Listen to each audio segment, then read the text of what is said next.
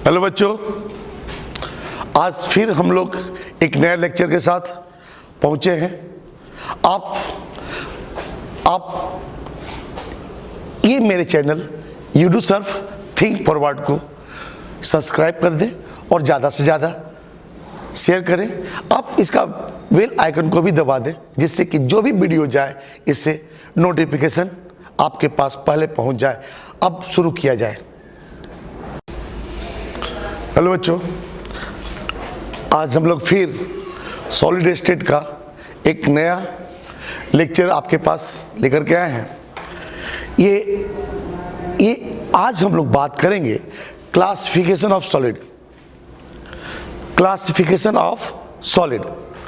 अब देखिए, ये दो स्ट्रक्चर आपके सामने है। एक स्ट्रक्चर डायमंड है, दूसरा स्ट्रक्चर ग्लास है। एक स्ट्रक्चर डायमंड है, दूसरा स्ट्रक्चर ग्लास है। इन दोनों स्ट्रक्चर को थोड़ा सा देखेंगे।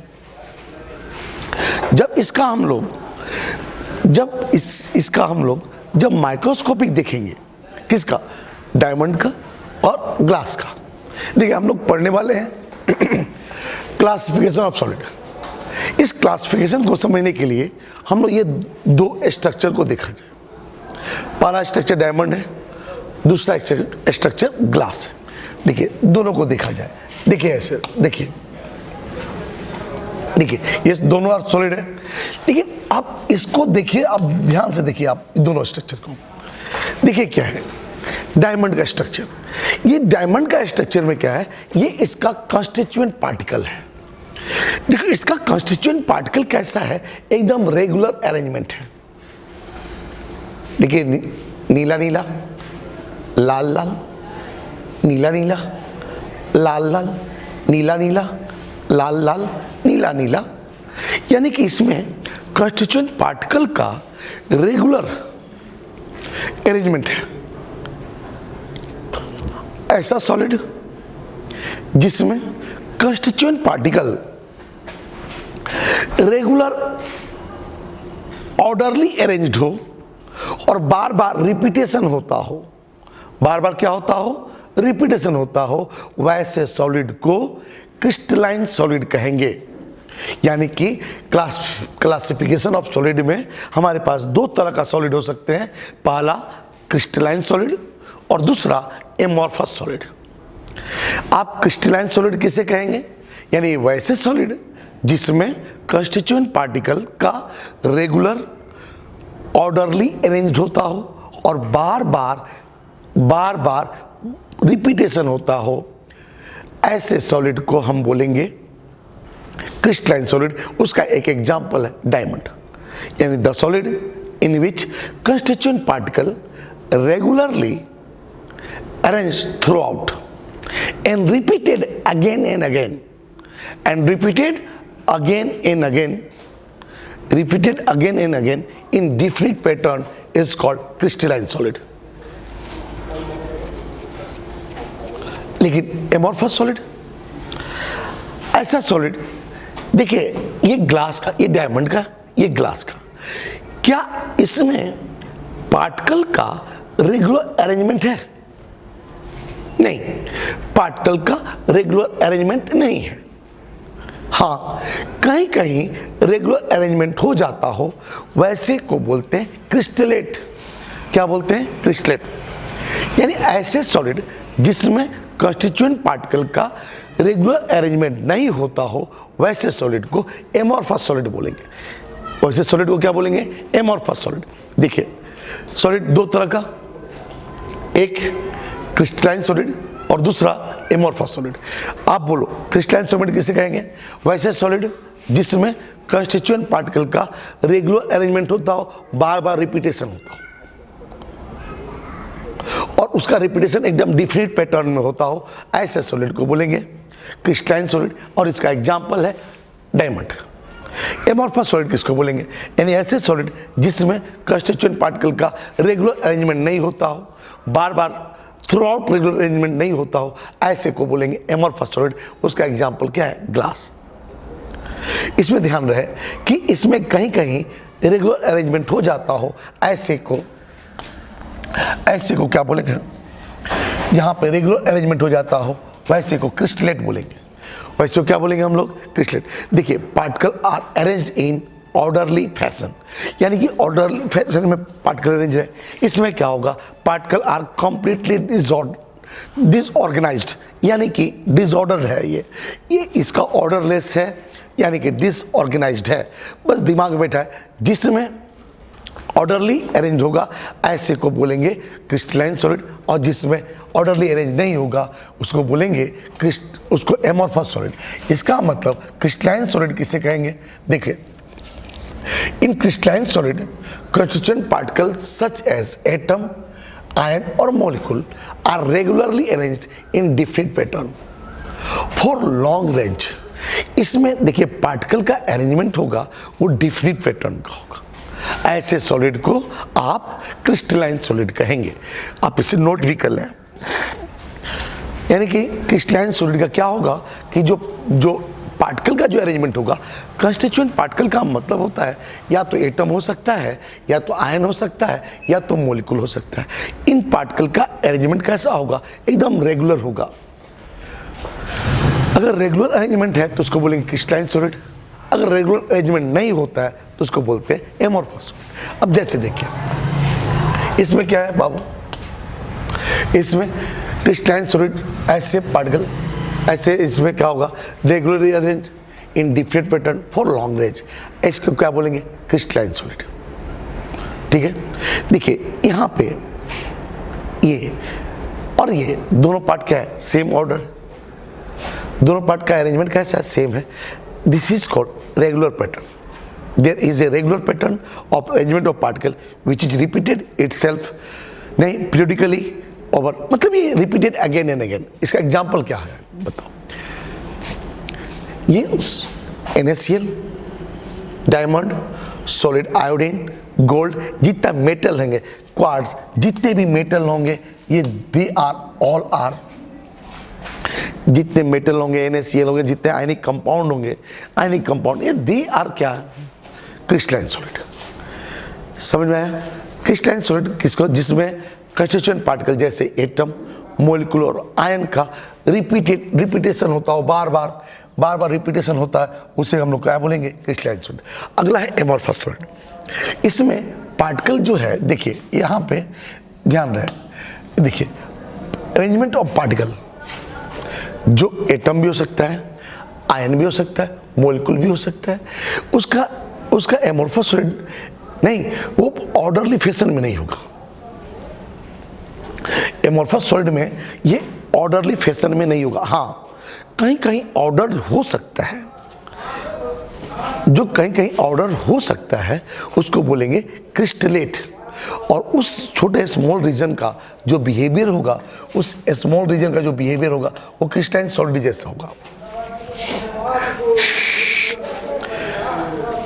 देखिए ये क्या होगा, यहाँ पे कहीं कहीं छोटा सा जगह होगा, नहीं tiny orderly arrangement of portion in between non orderly structure. यहाँ छोटा छोटा ऑर्डरली स्ट्रक्चर हो सकता है, इसको, इस टीनी स्ट्रक्चर को क्रिस्टलेट बोलेंगे। क्या बोलेंगे? क्रिस्टलेट। और इसका बिहेवियर, इन लोगों का बिहेवियर क्रिस्टलाइन सॉलिड जैसा होता है। आप इसे नोट कर लें।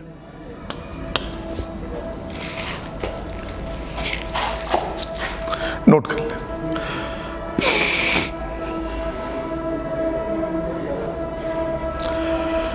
क्या होगा इसका ओवरऑल अरेंजमेंट? क्या होगा? डिसऑर्डर होगा, जैसे ग्लास, जैसे रबड़, जैसे प्लास्टिक। अब दिमाग में बिठा लें, जितने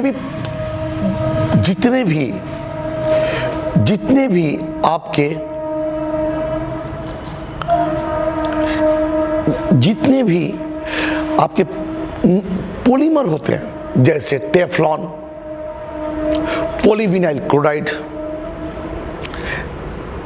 पॉली शब्द जिसमें लग गया, दे आर एमोर्फस सॉलिड। दिमाग में बैठा ले, एमोर्फस सॉलिड जिसमें जो भी पॉलीमर होगा, दे आर एमोर्फस सॉलिड। अब ये देखिए एमोर्फस सॉलिड,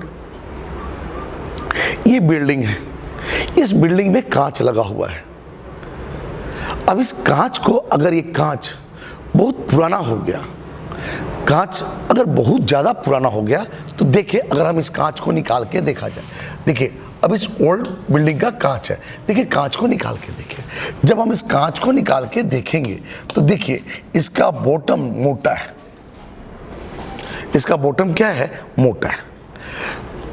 अब ये बताइए, ये जो ओल्ड बिल्डिंग का कांच है, ये ओल्ड बिल्डिंग का कांच है, इसका बॉटम मोटा हो जाता है। अब ऐसा क्यों, ऐसा क्यों? ओल्ड बिल्डिंग का कांच नीचे में बॉटम मोटा हो जाता है, इसका मतलब क्या हुआ सर? हम बोले नीचे में मोटा हो रहा है, देखिए नीचे में मोटा हो रहा है, तो इसका मतलब ये ग्रेविटी कारण नीचे आ रहा है और ये फैल रहा है, यानी फ्लो कर रहा है। और फ्लो करने की टेंडेंसी किस में होता है? फ्लो करने की टेंडेंसी लिक्विड में होता है, फ्लूइड में होता है। इसका मतलब इसमें लिक्विड का कैरेक्टरिस्टिक है, किसमें? लिक्विड का कैरेक्टरिस्टिक है। कौन सा कैरेक्टरिस्टिक है? कि ये फैल रहा है, और फैलने का गुण केवल और केवल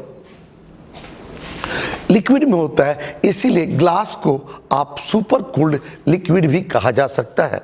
ग्लास को क्या कहेंगे? Super cooled liquid. देखिए इसको समझें, जैसे देखो इसको, ये नीचे में मोटा है, ये क्यों मोटा है? थिकर एट बॉटम, क्यों? टॉप में, टॉप ऑफ विंडो ये क्या है? पतला है थोड़ा सा, ये क्यों होगा? ये ग्रेविटी के कारण molecule flow down due to gravity. और फ्लो क्यों फ्लो करना है, इसका मतलब इसका प्रॉपर्टीज किसका है? लिक्विड का है। और लिक्विड का प्रॉपर्टीज होने के चलते इस ग्लास को हम लोग सुपर कोल्ड लिक्विड कहेंगे। हालांकि ये फ्लो करने की टेंडेंसी बहुत ही कम होता है, बहुत ही स्लो होता है। This process very slow and take 100 of year, कई साल लग जाता है। ऐसा नहीं कि तुरंत हो जाएगा, नहीं। तो लेकिन एक सवाल और भी आता है कि कभी कभी क्या होता है कि ग्लास का जो ओल्ड बिल्डिंग का जब 100 ऑफ ईयर्स हो गया, ओल्ड बिल्डिंग का जो ग्लास है वो मिल्की हो जाता है। ऐसा भी क्वेश्चन आता है। ये तो आपका ग्लास समझ में आ रहा है कि ये एमॉर्फस सॉलिड है। हाँ, एमॉर्फस सॉलिड है, लेकिन इसमें फ्लो करने की टेंडेंसी है। फ्लो करने की टेंडेंसी होने के चलते, इसमें फ्लो करने की टेंडेंसी होने के कारण इसे आप सुपर कूल्ड लिक्विड कहें। और ये फ्लो करने की टेंडेंसी लिक्विड में होता है, इसलिए इसे सुपर कूल्ड लिक्विड कहा जाता है। अब देखें हम लोग अब हम लोग देखें ये जो बिल्डिंग है, इस बिल्डिंग का अगर ये पुराना बिल्डिंग होगा तो इसका जो ग्लास होता है बिकम मिल्की। ऐसा सवाल भी आता है, तो क्यों मिल्की हो जाता है? तो भैया इसमें क्या होता है कि दिन में ये गर्म होता है सनरे से, और रात में ये क्या होता है? ठंडा होता है। तो जो इसका पार्टिकल डिजॉर्डर था, ये हीटिंग और कूलिंग होने के चलते, लगातार हीटिंग और कूलिंग होने के कारण इसका जो पार्टिकल का जो अरेंजमेंट है वो ऑर्डर्ड हो जाता है। इसका मतलब वो क्रिस्टलाइन फॉर्म में चेंज कर जाता है। किस फॉर्म में? क्रिस्टलाइन फॉर्म में। क्यों? ड्यू टू हीटिंग और कूलिंग के कारण। हीटिंग और कूलिंग के कारण ये किस में चेंज कर जाता है? तो क्रिस्टलाइन फॉर्म में चेंज कर जाता है। इसीलिए क्रिस्टलाइन फॉर्म में चेंज कर जाने के कारण ये मिल्की दिखाई देता है। इसका मतलब कि एमॉर्फस सॉलिड को आप क्रिस्टलाइन सॉलिड में आप कन्वर्ट कर सकते हैं, नहीं, हीटिंग और कूलिंग के द्वारा। ठीक है, अब हम लोग देखा जाए अब due to ability of amorphous solid to flow like liquid, atmospheric solid are called supercooled liquid और क्या? supercooled liquid और pseudo solid। क्या बोलेंगे उसको? supercooled liquid और pseudo solid।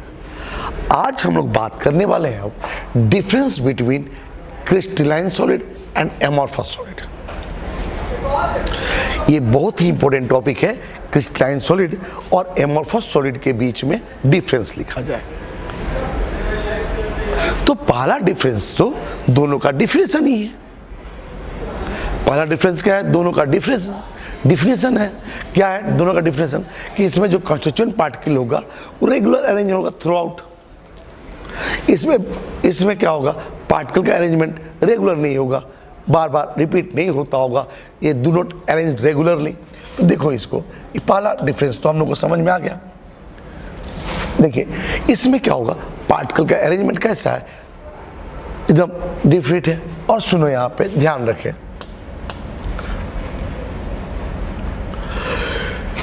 ठीक है, पार्टिकल अरेंजमेंट डिफरेंट है।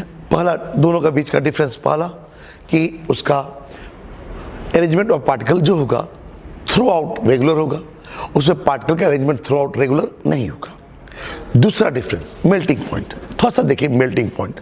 देखिए आप सेकेंड डिफरेंस देखिए मेल्टिंग पॉइंट। देखिए क्रिस्टलाइन सॉलिड है, ये पोर्शन देखिए, ये पोर्शन देखिए, ये पोर्शन देखिए, ये पोर्शन देखिए, चारों पोर्शन क्या एक जैसा है कि नहीं है? अगर चारों पोर्शन एक जैसा है तो यानी कि सेम अरेंजमेंट है। अगर ये पोर्शन का मेल्टिंग पॉइंट 100 डिग्री सी है तो इसका भी मेल्टिंग पॉइंट कितना डिग्री होगा? 100 डिग्री सी होगा। इसका भी मेल्टिंग पॉइंट कितना डिग्री सी होगा? 100 डिग्री सी होगा। इसका भी मेल्टिंग पॉइंट कितना डिग्री सी होगा? 100 डिग्री सी होगा। इसका मतलब कि ये सारे का एक मेल्टिंग पॉइंट होगा। इसका मतलब इसका क्रिस्टलाइन सॉलिड का जो मेल्टिंग पॉइंट होगा वो शार्प होगा। क्या होगा? शार्प होगा। देखिए the arrangement of particle in every portion is same. Due to this every portion of crystalline solid melt at same temperature. सब का सब एक ही टेम्परेचर पे मेल्ट करेगा, सब का सब एक ही टेम्परेचर पे मेल्ट करेगा बाबू, ठीक है, 100 डिग्री से 100 डिग्री से 100 डिग्री से। इसीलिए एकदम शार्प मेल्टिंग पॉइंट होगा इसका मेल्टिंग पॉइंट कैसा होगा? शार्प होगा। लेकिन आप इसको देखो, क्या आप यहाँ पे देखें 4 पोर्शन है, क्या हर पोर्शन अलग अलग है या नहीं है? हर पोर्शन अलग अलग है, तो क्या सभी पोर्शन का मेल्टिंग पॉइंट एक होगा कि अलग अलग होगा? सारे पोर्शन का मेल्टिंग पॉइंट अलग अलग होगा। जैसे देखें यहाँ पे समझें, अगर इसका मेल्टिंग पॉइंट देखिए 105 है तो 108, 100 है तो 110। इसका मतलब एक मेल्टिंग पॉइंट जो होगा कभी 108 पे मेल्ट करेगा, कभी 104 पे मेल्ट करेगा। इसका मतलब यहाँ से और यहाँ के बीच में मेल्ट करेगा, यानी वाइड रेंज ऑफ टेम्परेचर, एक टेम्परेचर के रेंज पे मेल्ट करेगा। दोनों के बीच में डिफरेंस समझ में आया? एक का मेल्टिंग पॉइंट, किसका मेल्टिंग पॉइंट? क्रिस्टलाइन सॉलिड का मेल्टिंग पॉइंट शार्प होगा। और जो ये है एमोर्फस सॉलिड है, उसका मेल्टिंग पॉइंट क्या होगा? ये वाइड रेंज ऑफ, यानी कि melt at certain range of temperature, एक टेम्परेचर के रेंज में मेल्ट करेगा। अगला प्रॉपर्टी देखा जाए हम लोग, देखिए अगला बात करें आइसोट्रोपी एंड आइसोट्रोपी। देखिए आइसोट्रोपी की बात करें, crystalline solid are anisotropic in nature. Anisotropic in nature कहने का मतलब कि ये एनआइसोट्रोपिक प्रॉपर्टीज है, ठीक है, जैसे थर्मल कंडक्टिविटी, जैसे रिफ्रैक्टिव इंडेक्स, जैसे इलेक्ट्रिकल कंडक्टिविटी। नहीं, ये सारे प्रॉपर्टीज जो हैं, ये सारे thermal conductivity, electrical conductivity, mechanical strength और रिफ्रैक्टिव इंडेक्स, ये सारे प्रॉपर्टीज सभी डायरेक्शन में अगर सेम होगा, सभी डायरेक्शन में क्या होगा? सेम होगा, तो उसको बोलेंगे आइसोट्रोपिक सब्सटेंस। क्या बोलेंगे उसको? Isotropic substance. अगर सभी डायरेक्शन में सेम नहीं होगा तो उसको बोलेंगे एनआइसोट्रोपिक सब्सटेंस। यानी कि अगर ये सारे प्रॉपर्टीज जिस सब्सटेंस, जिस सॉलिड का refractive index, thermal conductivity, electrical conductivity जैसे physical properties are same in all direction in the space are called isotropic substance, and this property is called isotropy. ये जो है ये amorphous solid ऐसे isotropic properties के होते हैं। एमोर्फस सॉलिड कैसे होते हैं? आइसोट्रोपिक प्रॉपर्टीज के होते हैं। जबकि जो हमारा क्रिस्टलाइन सॉलिड है वो एन आइसोट्रोपिक प्रॉपर्टीज के होते हैं। इसका मतलब ये सारे प्रॉपर्टीज सभी डायरेक्शन में सेम नहीं होगा। इसको देखा जाए, physical properties are not same in all direction. जैसे देखो कैसे, इसमें देखिए आप, इसमें पार्टिकल के अरेंजमेंट ऑल आर ब्लू। अगर हम इस डायरेक्शन में देखते हैं तो रेड ब्लू अल्टरनेट अरेंजमेंट है। और देखिए इस लाइन में देखते हैं तो देखिए रेड ब्लू है, लेकिन एक काम देखें, यह रेड ब्लू तो है, अल्टरनेट अरेंजमेंट है, but distance between them is more. देखिए इस डायरेक्शन में ऑल आर ब्लू, इस डायरेक्शन में रेड ब्लू अल्टरनेट है, इस डायरेक्शन में रेड ब्लू है। देखिए इस डायरेक्शन में भी रेड ब्लू है, लेकिन इसमें क्या है, डिस्टेंस क्या है, सेम थोड़ा सा कम है, और यहाँ पे डिस्टेंस क्या है, ज़्यादा है। तो आपको समझ में आ रहा है कि तीन डायरेक्शन लिखे, तीनों डायरेक्शन में पार्टिकल का अरेंजमेंट क्या है, डिफरेंट है। और जब पार्टिकल का अरेंजमेंट डिफरेंट है तो इसका फिजिकल प्रॉपर्टीज जो हो जाता है, डिफरेंट हो जाता है, are not same in all direction. सभी डायरेक्शन में क्या होगा, फिजिकल प्रॉपर्टीज डिफरेंट हो जाता है। समझ में आया? देखिए सभी डायरेक्शन में फिजिकल प्रॉपर्टीज डिफरेंट हो जाता है due to difference in arrangement of particle in different direction. इसीलिए फिजिकल प्रॉपर्टीज इन लोग का, जैसे electrical resistance, refractive index, thermal expansion, ये सारा चीज़ ये सेम नहीं होता है, डिफरेंट होता है इन डिफरेंट डायरेक्शन। ठीक है, अगला है बाबू एमोर्फस सॉलिड। एमोर्फस सॉलिड जो होते हैं ये क्या होते हैं, आइसोट्रोपिक इन नेचर होते हैं। क्या है कि इनका जो फिजिकल प्रॉपर्टीज होगा ये सभी डायरेक्शन में क्या होगा, सेम होगा, सभी डायरेक्शन में सेम होगा। यानी कि various physical properties are same in all the direction. Isotropic और एनाइसोट्रोपिक समझ में आ गया। अब देखिए यहाँ पे इस डायरेक्शन में देखिए सारा का सारा हरा है, इस डायरेक्शन में भी सारा का सारा हरा है, इस डायरेक्शन में भी सारा का सारा हरा है। यानी इसका फिजिकल प्रॉपर्टीज जैसे electrical resistance, thermal refractive index, ये क्या होगा, नहीं है, नेग्लिजिबल वेरिएशन, मतलब लगभग सेम होता है। अगला बात करें हम लोग क्लीवेज विथ नाइफ, यानी क्लीवेज प्रॉपर्टीज काट के देखा जाए। देखिए क्रिस्टलाइन सॉलिड को जब अगर नाइफ से काटा जाए तो नाइफ से काटेंगे तो एकदम क्लीन कटेगा। किसको काटा जाए तो बाबू, किसको काटा जाए, किसको, तो क्रिस्टलाइन सॉलिड को अगर काटा जाए तो क्लीन कटेगा। लेकिन एमोर्फस सॉलिड को काटेंगे तो क्लीन नहीं कटेगा। जैसे देखिए इस वीडियो को देखा जाए, देखिए